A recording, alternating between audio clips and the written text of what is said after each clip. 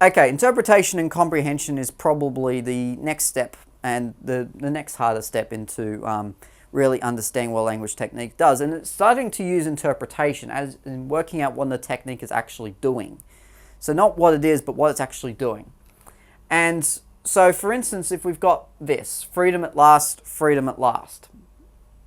Now, it is an example of repetition. And we're going, great, that's repetition. I'm going to write down that freedom at last is an idea of repetition. But there's a problem. What does this actually do?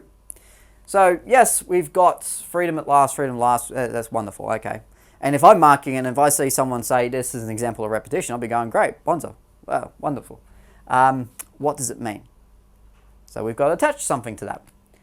So it signifies freedom in an emotional way, which makes the idea of freedom seem much more significant and powerful. So by repeating it, it really creates a stronger emotional attachment to this idea of freedom at last. If you just say freedom at last and then go, then it doesn't really have the same effect as if you're repeating it over. Freedom at last, freedom at last, freedom at last. You start to get this surge of emotion, which makes it more significant and much more powerful. Okay, so that's really the emphasis that's creating, and ultimately that's what it's doing. All right, evidence. Now, the next stage we're probably using a language techniques for is evidence for some sort of argument or some sort of text.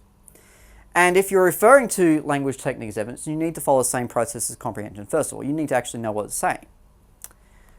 Now, you might wonder why we've got a picture of a couch out of it. Well, in this case, this couch is evidence. What's it evidence for? Well, that's a very good question. And this is the mistake that a lot of students make, is that they'll be able to identify evidence, be able to say what it means, but not have anything for it to prove.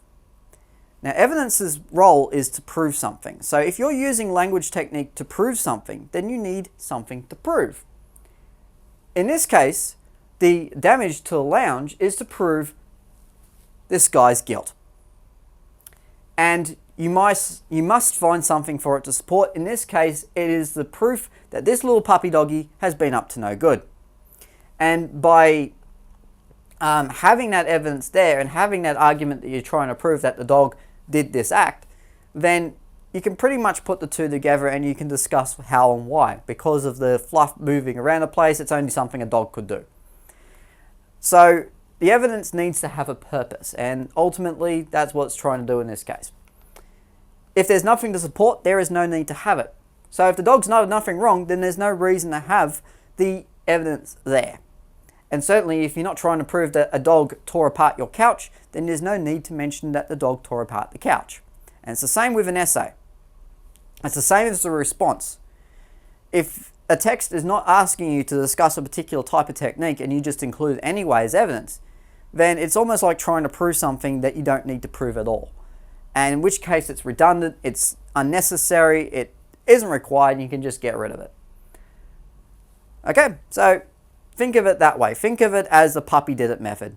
Something that is trying to, you're trying to create some sort of argument, you're trying to prove some sort of case, just like a lawyer does, just like a detective does when they're trying to use evidence to say that someone did this or someone did that. It's the same process.